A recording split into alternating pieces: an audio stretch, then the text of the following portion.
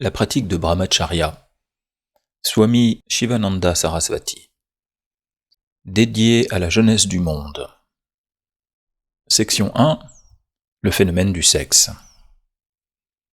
1. La dégradation actuelle. L'homme est confronté à une grande illusion. Elle le trouble sous la forme d'une femme. Il y a une grande illusion devant la femme, elle la trouble sous la forme d'un homme.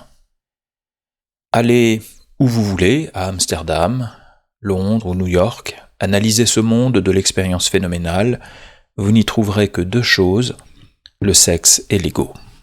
L'instinct sexuel est le plus grand besoin de la vie humaine. L'énergie sexuelle ou la luxure est l'instinct le plus profondément enraciné chez l'homme.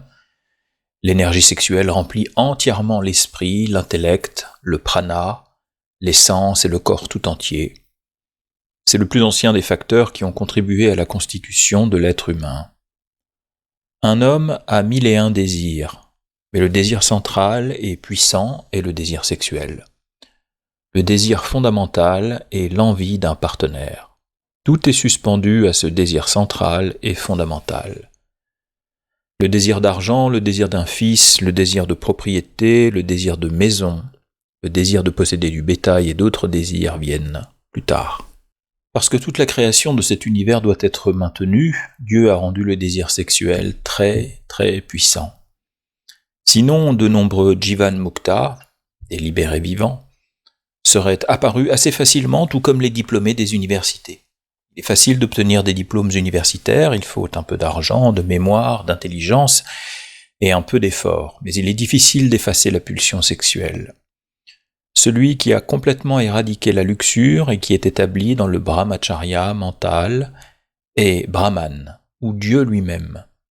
Ce monde n'est rien d'autre que le sexe et l'ego. L'ego est la chose la plus importante, c'est la base.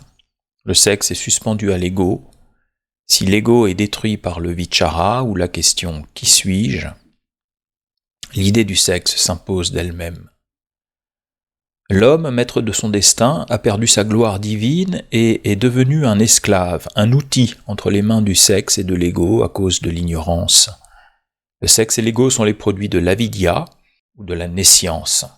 L'aube de la connaissance du soi, avec un S majuscule, anéantit ces deux ennemis de l'Atman, les deux dacoïtes sont des bandits armés indiens, les deux dacoïtes qui pillent le petit jiva sans défense. Le petit jiva, c'est le petit moi, l'âme basse. Le petit jiva sans défense, ignorant et faux, le moi illusoire. L'homme s'est fortement dégradé en devenant la marionnette de la passion. Hélas, il est devenu une machine à imiter. Il a perdu son pouvoir de discrimination. Il a sombré dans l'esclavage le plus abject. Quel triste état! Quelle situation lamentable! S'il souhaite retrouver son état divin perdu et sa gloire brahmique, tout son être doit être transformé, son désir sexuel doit être complètement transmuté par des pensées divines, sublimes, et une méditation régulière. La transmutation du désir sexuel est un moyen très puissant, efficace et satisfaisant de réaliser la félicité éternelle. Le monde est tout ce qu'il y a de plus sexy. La passion règne en maître dans toutes les régions du monde, l'esprit des gens est rempli de pensées sexuelles, le monde est sexy, attirant, attrayant. Le monde entier est sous l'emprise d'une énorme intoxication sexuelle. Tous se sont trompés et évoluent dans le monde avec un esprit perverti, ils ne pensent pas à Dieu, on ne parle pas de Dieu, il n'y a que la mode, les restaurants, les hôtels, les dîners, les danses, les courses et le cinéma. Leur vie se résume à manger, boire et procréer, c'est tout. La passion a introduit de nouvelles modes non seulement à Londres, Paris et Lahore, mais même à Madras, parmi les filles brahmanes de familles orthodoxes, qui appliquent de la poudre de fleurs de cerisier et de la neige de hazeline sur leur visage au lieu de la poudre sacrée de curcuma, et qui se coiffent comme les filles françaises. Cette sorte d'imitation infâme s'est infiltrée dans l'esprit de nos garçons et de nos filles en Inde. Les préceptes sacrés et les enseignements de nos anciens sages et rishis ont été totalement ignorés. Quel état lamentable! Ils accepteront n'importe quoi comme vrai à la simple condition qu'un Johnson ou un Russell apporte quelque chose par le biais de la théorie de l'évolution, du mouvement, de l'atome, de la relativité ou du transcendantalisme. C'est honteux. Leur cerveau est tout encombré de particules étrangères, ils n'ont pas le cerveau pour absorber ce qu'il y a de bon chez les autres. Les jeunes Indiens et Indiennes d'aujourd'hui connaissent une dégénérescence misérable. C'est l'âge où ils ne peuvent même pas marcher une courte distance sans un rickshaw, une voiture, un tramway, une bicyclette ou une calèche. Quelle horrible vie artificielle! L'enroulement des cheveux chez les femmes indiennes est devenu une grave épidémie qui a envahi toute l'Inde. Tout cela est dû aux méfaits de la passion et de la cupidité. Les jeunes hommes d'aujourd'hui imitent sans discernement l'Occident, ce qui les conduit à leur propre perte. Les hommes sont influencés par la luxure, ils perdent le sens de la justice, du temps et du lieu. Ils ne font plus la différence entre le bien et le mal, ils perdent tout sens de la honte. Lisez l'histoire des crimes, vols, viols, enlèvements, agressions, meurtres, qui sont jugés par les Sessions Courts. La convoitise est à l'origine de tout cela. Il peut s'agir d'une soif d'argent ou d'une soif de plaisir charnel. La convoitise ruine la vie, l'éclat, la force, la vitalité, la mémoire, la richesse, la renommée, la sainteté, la paix, la sagesse et la dévotion. L'homme, qui se targue d'être intelligent, doit prendre exemple sur les oiseaux et les animaux. Même les animaux ont plus de maîtrise de soi que les hommes. Seul le soi-disant homme s'est beaucoup dégradé par son indulgence, par son laisser-aller. Sous l'effet de l'excitation sexuelle, il répète sans cesse le même acte ignoble. Il n'a pas la moindre maîtrise de soi. Il est l'esclave absolu de la passion. Il est une marionnette entre les mains de la passion. Comme les lapins, il procrée et met au monde d'innombrables enfants qui viennent grossir le nombre de mendiants dans le monde. Les lions, les éléphants, les taureaux et les autres animaux puissants ont un meilleur contrôle de soi que les hommes. Les lions ne cohabitent qu'une fois par an, c'est-à-dire les lions et les lionnes ne cohabitent qu'une fois par an. Après la conception, les femelles ne laisseront jamais les mâles s'approcher d'elles jusqu'à ce que les petits soient sevrés et qu'elles deviennent elles-mêmes saines et fortes. L'homme ne fait que violer les lois de la nature et souffre par conséquent d'innombrables maladies. Il a dégénéré à un niveau bien inférieur à celui des animaux à cet égard. De même qu'un roi n'est pas un roi sans trésor, sans sujets et sans armée, de même qu'une fleur n'est pas une fleur sans parfum, de même qu'une rivière n'est pas une rivière sans eau, de même un homme n'est pas un homme sans brahmacharya. Ahara, nidra, bhaya, maithuna, la nourriture, le sommeil, la peur et la copulation sont communs aux animaux et aux hommes. Ce qui différencie l'homme de l'animal est dharma, viveka et vichara shakti. Jnana et vichara ne peuvent être assurés que par la préservation de virya. Si un homme ne possède pas ces qualités, il doit être considéré comme un véritable animal. Si la convoitise, qui est la source de toutes les jouissances de ce monde, cesse, alors toutes les servitudes du monde, qui ont leur substrat dans l'esprit, cesseront. Même le poison le plus virulent n'est pas un poison comparé à la luxure. Le premier ne souille qu'un seul corps, alors que le second en souille plusieurs au fil des naissances. Vous êtes l'esclave des passions et des désirs, des émotions et des attirances. Quand allez-vous sortir de cet état misérable ?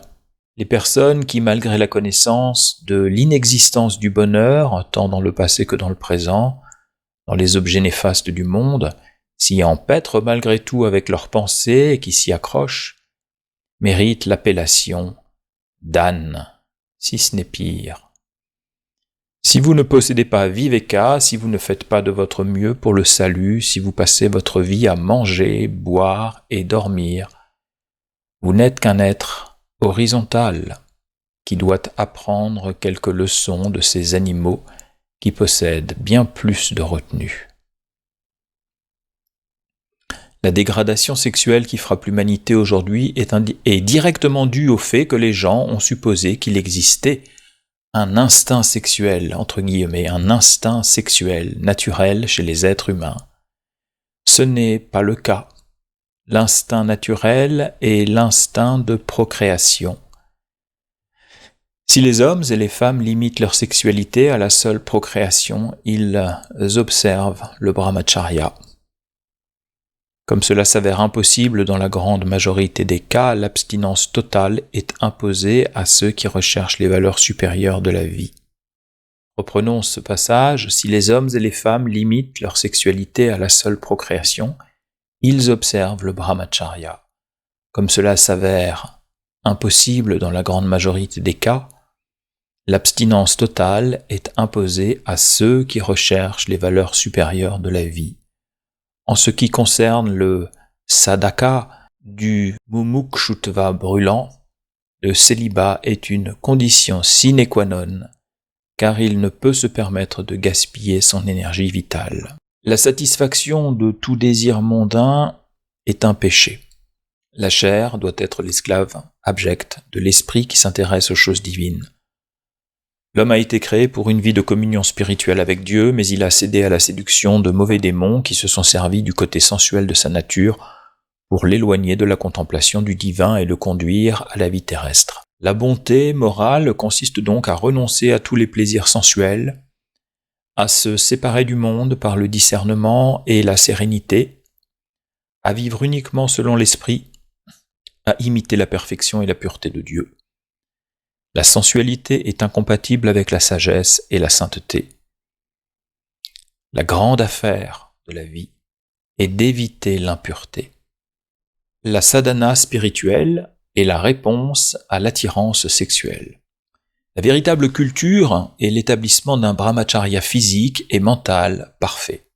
La vraie culture est la réalisation de l'identité de l'âme individuelle avec l'âme suprême par l'expérience directe.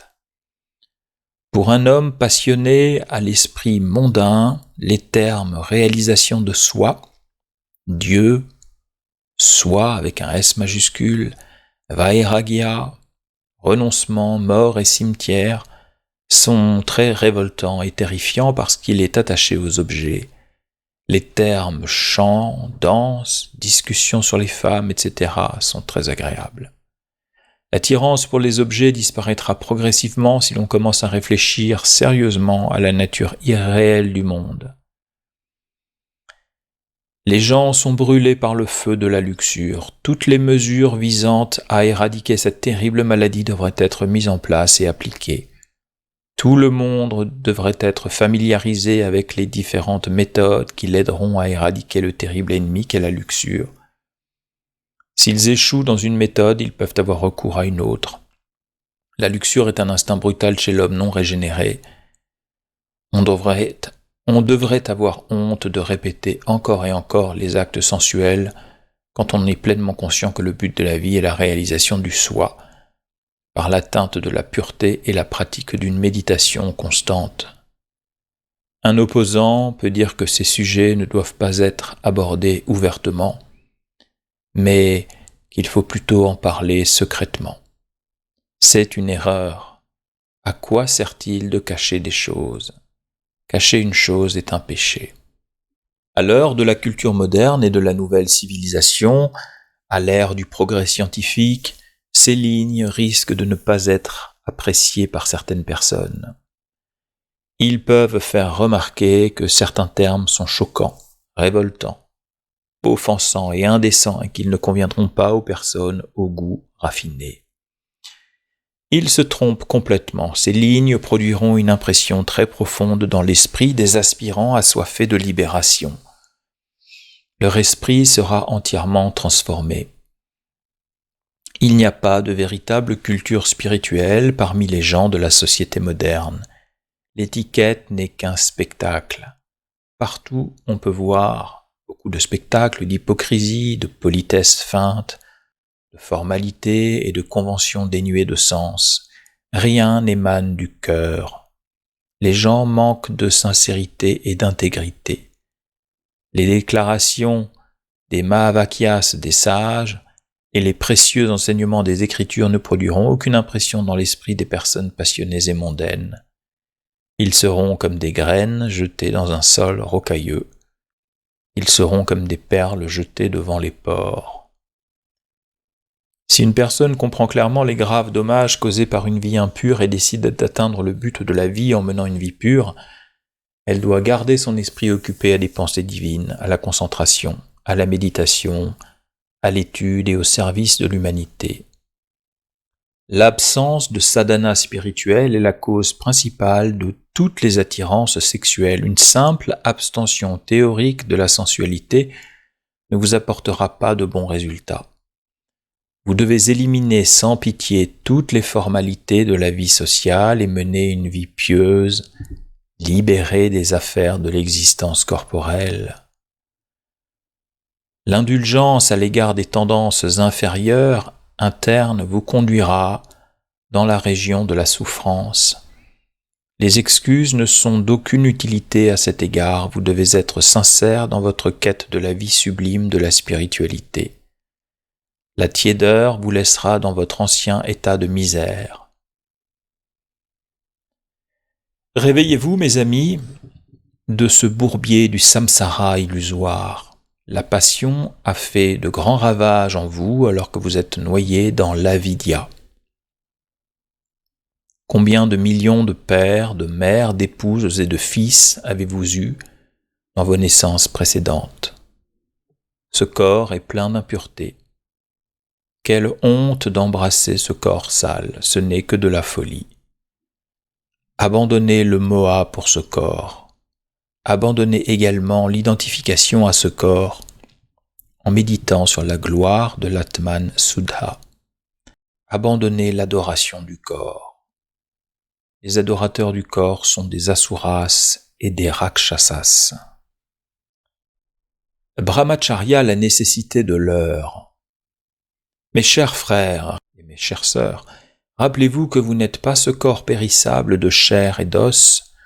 Vous êtes l'Atman immortel, omniprésent, Sat Chit Ananda. Tu es l'Atman, tu es la vérité vivante, tu es Brahman, tu es la conscience absolue. Vous ne pouvez atteindre cet état suprême qu'en menant une vie de véritable brahmacharya. L'esprit de brahmacharya doit imprégner toute votre vie et toutes vos actions. On parle de brahmacharya, mais les hommes pratiques sont rares. Une vie de continence est vraiment semée d'embûches. Mais le chemin devient facile pour un homme à la détermination de faire, à la patience et à la persévérance. Nous voulons de vrais hommes pratiques sur le terrain, des brahmacharis pratiques, des hommes qui peuvent impressionner les gens par leur physique solide, leur vie idéale, leur caractère noble et leur force spirituelle. Les paroles en l'air ne sont d'aucune utilité, nous en avons assez des bavards sur le terrain et sur les estrades. Que des hommes pratiques se présentent et guident les jeunes par leur vie exemplaire et leur aura spirituelle. Permettez-moi de vous le rappeler une fois de plus, l'exemple vaut mieux que le précepte. La durée de vie moyenne de l'humanité s'est réduite à 40 ans alors qu'elle était naturellement de 100 ans. Tous les bienfaiteurs du pays doivent réfléchir très attentivement à cet état de fait honteux et désastreux et appliquer les remèdes appropriés en temps voulu. Le bien-être futur du pays repose entièrement sur la jeunesse. Il est du devoir des sannyasines, les renonçants célibataires, des saints, des enseignants, des professeurs et des parents de réintroduire la vie de célibat chez les jeunes. Je prie pour que les autorités éducatives et les anciens accordent une attention particulière à ce sujet vital qu'est le brahmacharya, afin d'élever la génération future. Former la jeunesse, c'est construire la nation. Le bien-être futur de l'Inde repose entièrement sur le brahmacharya et sur le brahmacharya seul. Il est du devoir des sannyasines et des yogis de former les étudiants au brahmacharya, d'enseigner l'asana et le pranayama, et de diffuser largement la connaissance de l'Atman. Ils peuvent faire beaucoup pour améliorer la situation car ils sont des hommes à plein temps. Ils devraient sortir de leur grotte et de leur kutir pour Lokasangra. Si notre patrie veut s'élever dans l'échelle des nations, ses enfants, hommes et femmes, doivent étudier le sujet important du brahmacharya dans tous ses aspects, comprendre son importance suprême et observer strictement le grand vrata. En conclusion, je prie avec ferveur, les mains jointes, pour que vous luttiez tous sincèrement pour contrôler la passion, l'ennemi de la paix et de la prospérité, par la sadhana, l'ascèse spirituelle. Un vrai brahmachari est le véritable empereur de ce monde. Mes adorations silencieuses à tous les brahmacharines. Gloire à eux. Puissiez-vous être assis fermement, comme le Mahameru dans votre Satchitananda Svarupa, sans aucune pensée impure et lascive. Que Dieu bénisse les aspirants avec la force et l'énergie pour maintenir le brahmacharya. Puissiez-vous, avec un esprit pur et inoxydable, être sans relâche dans la connaissance de votre réalité atmique. Puissiez-vous, sans désirs et ambitions mondaines, vous reposer dans ce qui est toujours au milieu du jouisseur et de l'apprécié. Que la splendeur divine brille sur votre visage, que la flamme divine devienne plus brillante en vous tous, que la puissance et la paix divine demeurent en vous pour toujours. Om Shanti, Shanti, Shanti. Fin de la section 1.